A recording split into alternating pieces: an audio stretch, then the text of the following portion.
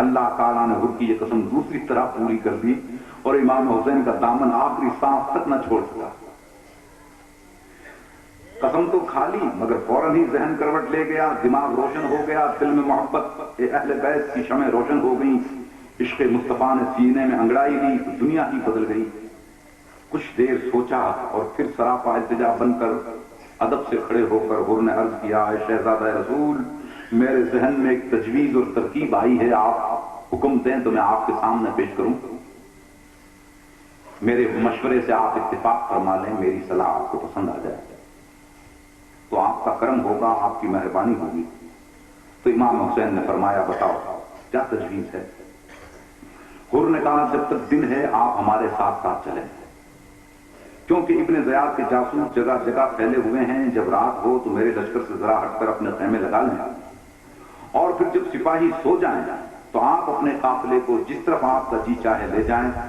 میرے لیے بہانہ بن جائے گا کہ پاک دامنوں کی وجہ سے خیمے الگ لگائے تھے. امام حسین نے یہ تجویز منظور کر لی اور حر کے لشکر کو یہ خطبہ دیا کہ اے لوگوں، جب تم کسی حاکم کو دیکھو جو ظلم کرتا ہے اور خدا تعالیٰ کی قائم کی ہوئی حدود کو توڑتا ہے، خدا تعالیٰ کے وعدوں سے مکرتا ہے اور کتاب و سنت کی مخالفت کرتا ہے، مخلوق خدا پر ظلم کرتا ہے، تو ایسے حاکم سے قول اور فعل کے ساتھ مخالفت کرو، اور اگر تم ایسا نہیں کرو گے تو خدا تمہیں اچھا ٹھکانہ نہیں بخشے گا.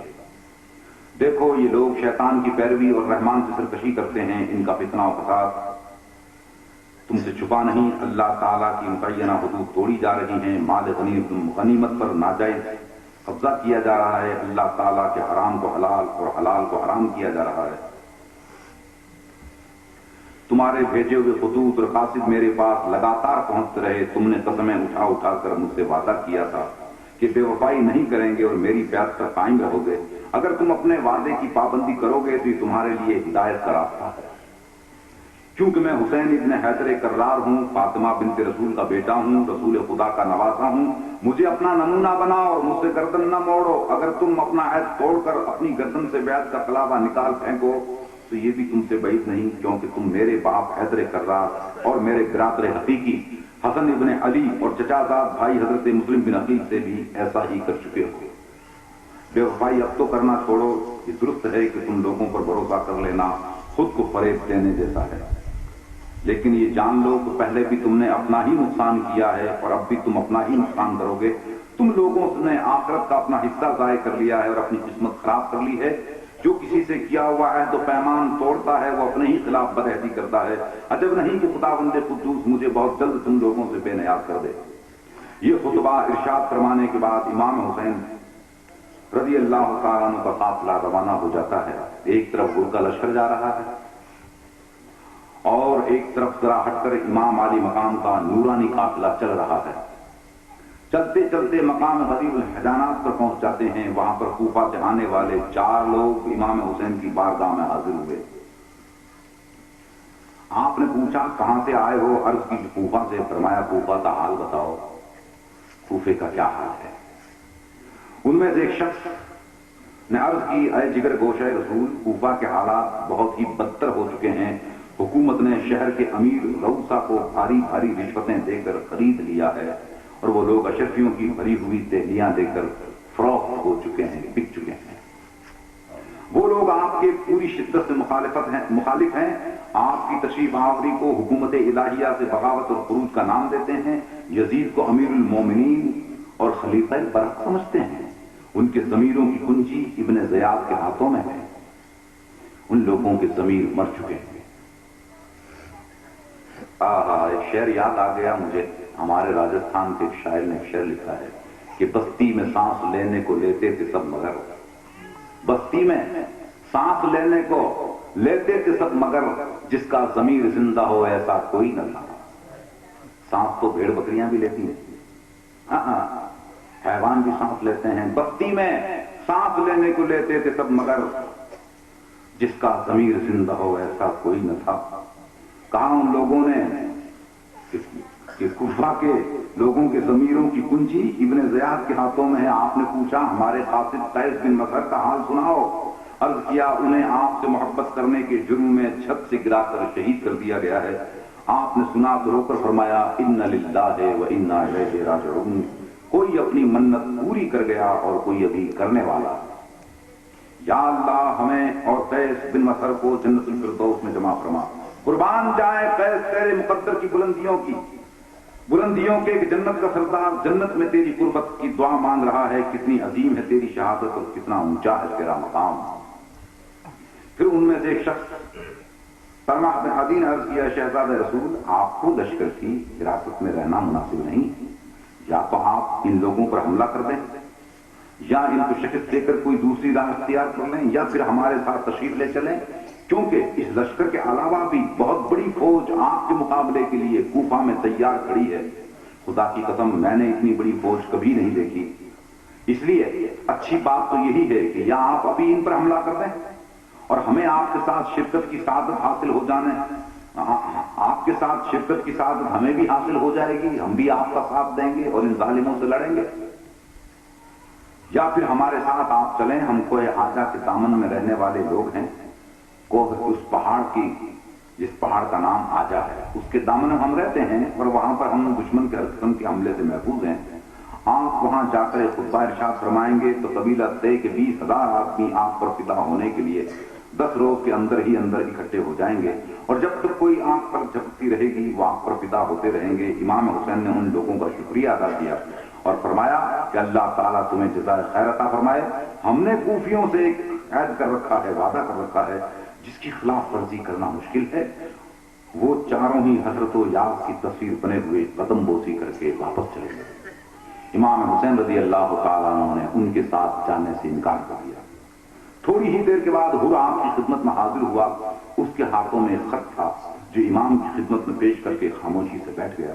یہ ابن زیاد کا خط تھا حر کے نام، جس میں اس قسم کا مضمون تھا بذریعہ خط هذا مطلع کیا جاتا ہے کہ حسین اور اس کے ساتھیوں کو کسی پناہ گاہ کی طرف نہ جانے دینا اور ان سب کو کھلے میدان میں رکھو اور ان کے ساتھ کسی بھی قسم کی رعایت نہ کی جائے۔ میرا یہ قاصد تمہارے ساتھ رہے گا اور تمہاری نقل و حرکت کی نگرانی کرتا رہے گا تاہاں کہ میری دوسری صفات تم تک پہنچ جائے۔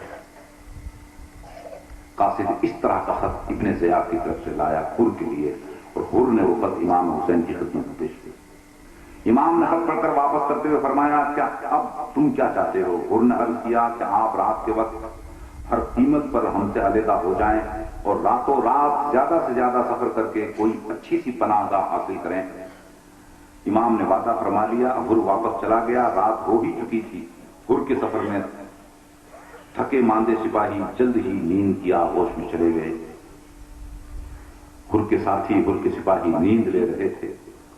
امام حسین رضی اللہ تعالیٰ عنہ نے اطمینان کر لینے کے بعد اپنے قافلے کو بھی چلنے کا حکم دیا۔ قافلہ چلتا رہا اور رات کے آخری حصے میں دشت نینوا میں داخل ہو گیا۔ ایسے جنگل میں پہنچا جس جنگلوا کو نینوا کے نام سے پہچانا جاتا ہے۔ سبھی لوگ تھکن سے چور چور تھے، امام حسین پر بھی تھکان تھی۔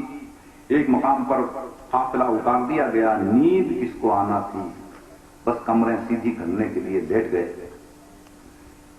امام حسین پر بھی چند لمحوں کے لیے غنودگی کا عالم طاری ہو گیا۔ امام زین العابدین آپ کے داہنی جانب کجاوے سے ٹیک لگا کر بیٹھے ہوئے تھے کہ امام حسین رضی اللہ تعالیٰ عنہ نے ان للہ و انا الیہ راجعون والحمد للہ رب العالمین پڑھتے ہوئے اٹھ کر بیٹھ گئے۔ امام زین العابدین نے طرف کر پوچھا ابا جان میں آپ پر قربان، کیا کوئی خواب پریشان دیکھا؟ کیا آپ نے ڈراؤنا خواب دیکھا ہے؟ یہ ایسے الفاظ آپ کی زبان پر اس وقت کیسے آئے؟ بعض روایت میں ہے کہ یہ خواب قصر بنی مقابل سے روانگی کے وقت آیا تھا۔ حضرت زین العابدین نے عرض کی بابا جان کیا آپ نے کوئی ڈراؤنا خواب دیکھا ہے؟ فرمایا ہاں میرے بیٹے، میں نے خواب میں دیکھا کہ ایک سوار جا رہا ہے اور وہ کہہ رہا تھا کہ لوگ چلتے ہیں اور ان کی قضائیں ان کی طرف پڑ رہی ہوتی ہیں، موت ان کی طرف پڑتی ہوتی ہے۔ یہ صدا سن کر مجھے یقین ہو گیا ہے کہ اب ہماری شہادت کا وقت قریب آ پہنچا ہے۔ امام زین العابدین نے آگے بڑھ کر باپ کے مقدس ہاتھوں کو چوم کر عرض کی پیارے ابا جان خدا آپ کو کوئی برائی نہ دکھائے، کیا ہم حق پر نہیں ہیں؟ امام حسین نے فرمایا میرے لال ہم یقیناً حق پر ہیں، ہم حق پر نہیں ہوں گے تو اور کون ہوگا؟ شہزادہ حسین نے عرض کی میرے آقا اگر ہم حق پر ہیں تو پھر ہمیں جانے دینے کی کیا پرواہ ہے؟ ہم حق پر ہیں، ہماری جان چلی جائے ہمیں کوئی پرواہ نہیں، ہم سب آپ پر فدا ہو جائیں گے میرے حضور، آپ حق پر ہیں، آپ حق کے ساتھ ہیں، حق آپ کے ساتھ ہے، آپ حق کے امام ہیں، آپ حق ہیں، حق ہے۔ آخر آپ لقدت میدان میں ایک مقام پر اترنا چاہتے ہیں، آپ نے پوچھا یہ کون سی جگہ ہے؟ لوگوں سے پوچھا یہ کون سی جگہ ہے؟ زہیر بن تین نے بتایا عقر، آپ کی طبیعت بوجھل ہو گئی عقر سن کر۔ آپ نے فرمایا میں عقر سے خدا کی پناہ مانگتا ہوں، عقر کا مطلب ہے بانجھ ہونا، بے ثمر ہونا، بے نتیجہ ہونا، بے پھل ہونا۔ پھر کچھ دور جا کر امام حسین رضی اللہ تعالیٰ نے پوچھا یہ کون سا مقام ہے؟ میرا گھوڑا آگے نہیں چلتا۔ کسی نے بتایا ارض ماریہ ہے، امام حسین نے فرمایا شاید اس جگہ کا کوئی اور نام ہے، اس جنگل ماریہ کو کچھ اور بھی کہتے ہیں؟ تو لوگوں نے عرض کیا ہاں حضور اس مقام کو کربلا بھی کہتے ہیں۔ امام حسین نے فرمایا اللہ اکبر، یہ زمین کربلا ہے، اس جگہ ہمارا اور ہماری اہل بیت کا خون بہے گا۔ سب سامنے کی خواب کی تعبیر آ گئی، سب سامنے کی خواب کی تعبیر آ گئی، سب سامنے کی خواب کی تعبیر آ گئی ہے، کربلا تو منزل شبیر آ گئی ہے، کربلا تو منزل شبیر آ گئی، سب سامنے تھی خواب کی تعبیر آ گئی۔ سیدنا امام حسین رضی اللہ تعالیٰ عنہ نے اہل بیت کرام اور اپنے ساتھیوں کو مخاطب کر کے فرمایا میرے غمگسار ساتھیوں، حسین اپنی منزل پر پہنچ چکا ہے۔ یہی وہ مقام ہے جسے اللہ رب العزت نے میری شہادت گاہ کے لیے ازل ہی سے تجویز فرما رکھا ہے۔ اس میدان کو دیکھو، یہ میدان حشر کا نقشہ کھینچا گیا ہے، ان ہواؤں کو سونگھو، ان میں کرب و بلا، رنج و مصیبت اور عالم غم کی مہکیں رچی ہوئی ہیں۔ یہی وہ مقام ہے جس کی نشانیاں میرے نانا حضور نے مجھ پر ظاہر فرمائی تھی، یہ وہی جگہ ہے جس کے بارے میں کئی بار جبریل علیہ السلام نے سرکار دو عالم صلی اللہ علیہ وسلم کی خدمت میں خداوند تعالیٰ کا حکم پہنچایا کہ یہ حسین کی امتحان گاہ ہے، یہ وہی جگہ ہے۔ میں نے اس کو اچھی طرح جان لیا ہے، پہچان لیا ہے، میری نگاہوں نے اس کے ہر گوشے کو اس سے پہلے اچھی طرح دیکھا ہے۔ میرے ابا جان حیدر کرار علی کرم اللہ وجہ کریم مجھے، میرے والد بزرگوار نے بھی مجھے اس جگہ کے بارے میں بتا رکھا ہے۔ وہ جنگ صفین سے واپسی کے وقت یہاں سے گزرے تو انہوں نے اس مقام پر خواب میں میری شہادت کا منظر ملاحظہ فرمایا تھا، میں پہچان گیا ہوں اس جگہ کو۔ یہ ارشاد فرما کر سب سے پیغمبر اٹھتے ہیں، نانا جان کے خواب میں بتائے ہوئے نقشے کو سامنے رکھتے ہوئے اہل بیت کے خیمے نصب فرما دیتے ہیں۔ آپ نے اپنے ساتھیوں کو حکم فرمایا خیمے لگا دیے، ذرا ہٹ کر دوسرے ساتھیوں کو خیموں کو لگوایا۔ نہر فرات بھی قریب ہی بہ رہی تھی۔ امام حسین مکمل طور پر امتحان کی تیاری فرما رہے ہیں، آشیانوں کو سجا دیا گیا ہے اور اب بجلیوں کا انتظار تھا۔ او لقودت بہت چوڑے لمبے میدان میں اہل بیت مصطفیٰ کا گلشن مہک رہا تھا اور خزاں کی آندھیاں اسے اپنی لپیٹ میں لینے کے لیے پر توڑ رہی تھیں۔ 2 محرم الحرام کی صبح طلوع ہو چکی، سویرا ہوا، سورج باہر نکلا، محرم کی 2 تاریخ سامنے ریت کے پہاڑ نظر آئے، جیسے زمین و آسمان کے درمیان ریت کی دیوار بنا دی گئی ہو۔ تھوڑی دیر کے بعد یہ ریت کی دیوار پھٹ گئی اور سامنے کوفہ کی طرف سے آتا ہوا ایک لشکر جزار نظر آیا۔ امام علی مقام حضرت حسین رضی اللہ تعالیٰ عنہ اور آپ کے ساتھیوں نے ایک دوسرے کی طرف دیکھا، ہر ایک کی نگاہ میں سوال بھی تھا اور جواب بھی۔ یہ کوفہ سے بھیجا ہوا ابن زیاد کا لشکر تھا جسے اہل بیت کے چند گنتی کے جوانوں سے جنگ کرنا تھی۔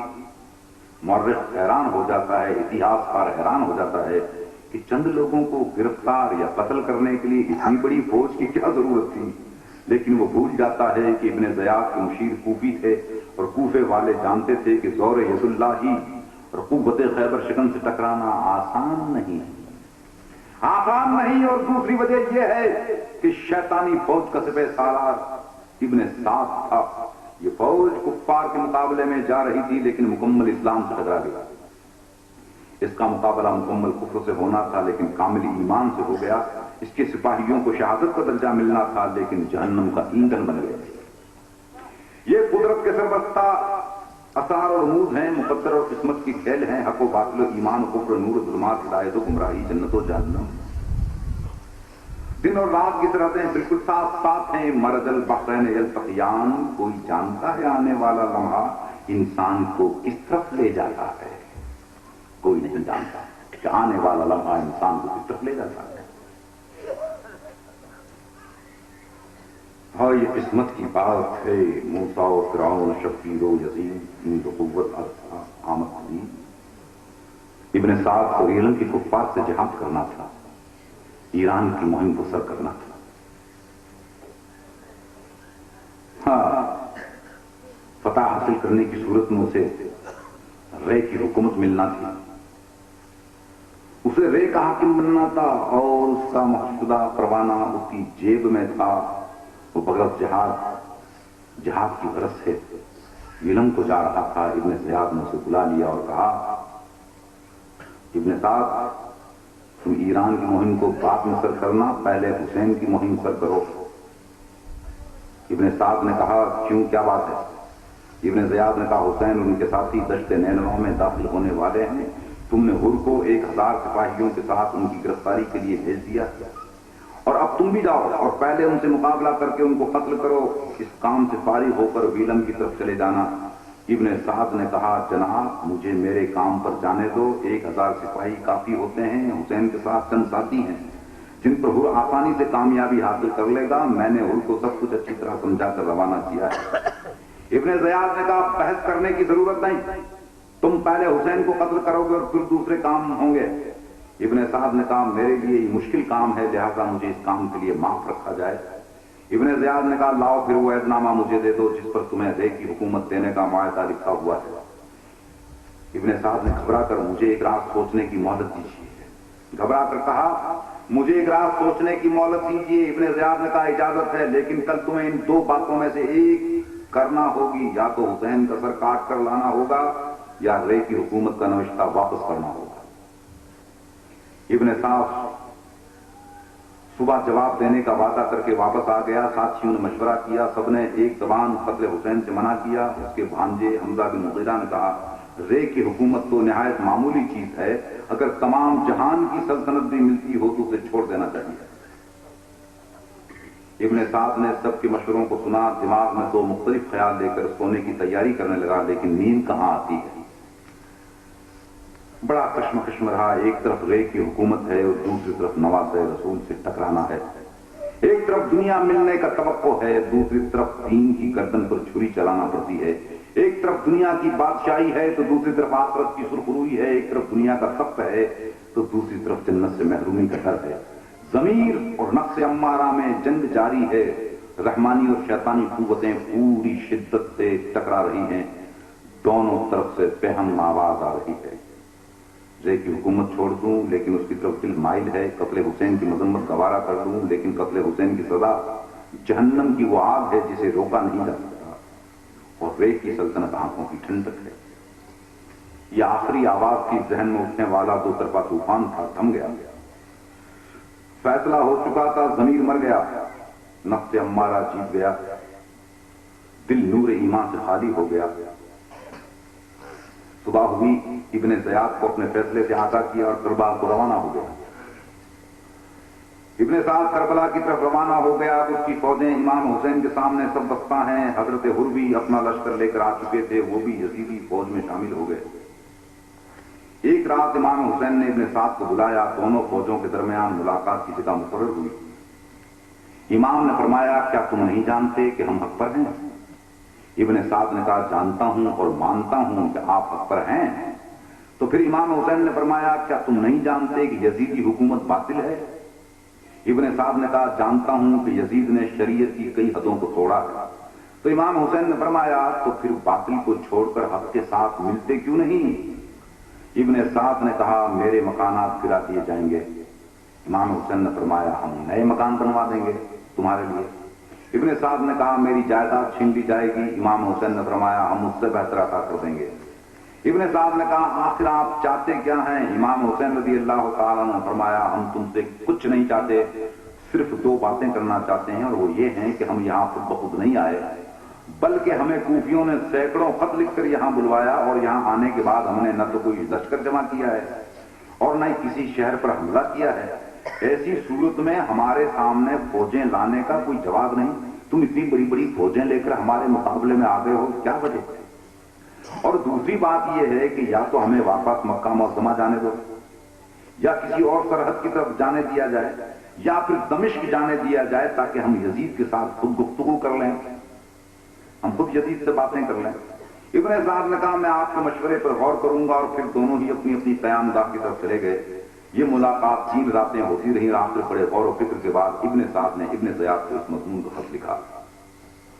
خط میں یہ لکھا کہ میں نے معاملات کو اچھی طرح کنٹرول کر لیا ہے. تو حسین نے 3 شرطیں رکھی ہیں. اول یہ کہ مجھے مکہ معظمہ واپس جانے دیا جائے، دوسری یہ کہ میں کسی اور اسلامی سرحد کی طرف چلا جاتا ہوں، تیسری یہ کہ مجھے جو ہے یزید کے پاس بھیج دیا جائے. اور ایک بات اور لکھ دی اس نے اپنی طرف سے کہ میں یزید کی بیعت کرنے پر تیار ہوں. یہ جملہ ابن سعد نے اپنی طرف سے لکھا تھا، اور یہ قطعی طور پر غلط اور زبردست تاریخی جھوٹ ہے کہ امام حسین نے اسے کہا تھا کہ ہم یزید کی بیعت کر لیں گے. ابن سعد کا اپنا خیال تھا کہ ابن زیاد یہ آسانی سے مان جائے گا، اور اس طرح وہ امام کو دمشق جانے سے نہیں روکے گا. اور پھر اپنی طرف سے مشورہ دیا کہ تیسری شرط یعنی بیعت یزید مان کر امام حسین نے تمہارا مقصد پورا کر دیا ہے، اس لیے قتل کرنے سے بدرجہ بہتر ہے کہ حسین بیعت یزید کر لیں. اس طرح یزیدی حکومت کو تمام عالم اسلام مکمل طور پر خلافت الہیہ مان لے گا. ابن سعد کا یہ خط لے کر جب قاصد ابن زیاد کے پاس پہنچا تو وہاں شمر ذوالجوشن لعین بھی موجود تھا. ابن زیاد نے شمر کو حق کا مضمون بتا کر کہا کہ اگر یہ بات درست ہو کہ حسین یزید کی بیعت پر آمادہ ہیں تو اسے مان لینے میں کوئی حرج نہیں. شمر آخر شمر تھا، بڑا ہی مردود قسم کا انسان تھا. یہ شمر آخر شمر تھا، اور یہی وہ ملعون تھا جس کے بارے میں رسول صادق نے فرمایا تھا کہ میرے حسین کا قاتل سگے ابرس دبا کتا ہوگا، اس کے بدن پر کوڑ ہوگا، کوڑ کے داغ ہوں گے. ابن زیاد کی بات سن کر کہنے لگا کہ اس طرح حسین نے یزید کی تابع داری تو کر لی، لیکن تمہیں کیا فائدہ پہنچا؟ ابن زیاد کی بات سن کر کہنے لگا کہ اس طرح حسین نے یزید کی تابع داری تو کر لی، لیکن تمہیں کیا فائدہ پہنچا؟ حسین تمہارے قابو میں ہے، اسے اپنی اطاعت کے لیے مجبور کرو. اور میں نے یہ بھی سنا ہے کہ ابن سعد کئی راتوں سے حسین کے ساتھ خفیہ ساز باز کر رہا ہے. ابن زیاد نے شمر کی تجویز فوراً مان لی اور ابن سعد کو خط لکھا میں نے تجھے حسین کو کسی قسم کی رعایت دینے کے لیے نہیں بھیجا ہے، صلح کرنے کے لیے نہیں بھیجا ہے. اگر تم ضرور ہی ڈھیل دینا چاہتے ہو تو اسے بتا دو کہ یزید کی بیعت بعد کی بات ہے، پہلے تمہیں ابن زیاد کی اطاعت کرنا ہوگا. یزید کی بات بعد میں، پہلے ابن زیاد سے بیعت کرو. اگر وہ میرا مفی ہو جائے تو میں اسے اپنی مرضی کے مطابق یزید کے دربار میں پیش کروں گا، اور اگر وہ اس بات کو تسلیم نہ کرے تو اس کو اس کے ساتھیوں سمیت قتل کر کے ان کے سر مجھے بھیج دو. اور اگر تو یہ کام نہیں کر سکتا تو اپنے عہدے کو چھوڑ کر فوراً علیحدہ ہو جاؤ، سب کام شمر خود کر لے گا. اس طرح کا خط لکھ کر بھیجا گیا. ابن زیاد نے یہ خط لکھ کر شمر کے حوالے کیا اور اسے تاکید کر دی کہ اگر ابن سعد اس خط کے خلاف ورزی کرے تو اس کا سر کاٹ کر فوراً روانہ کر دو اور خود فوج کا چارج سنبھال لو. شمر نے کہا ایک میرا بھی کام ہے. ابن زیاد نے پوچھا وہ کیا؟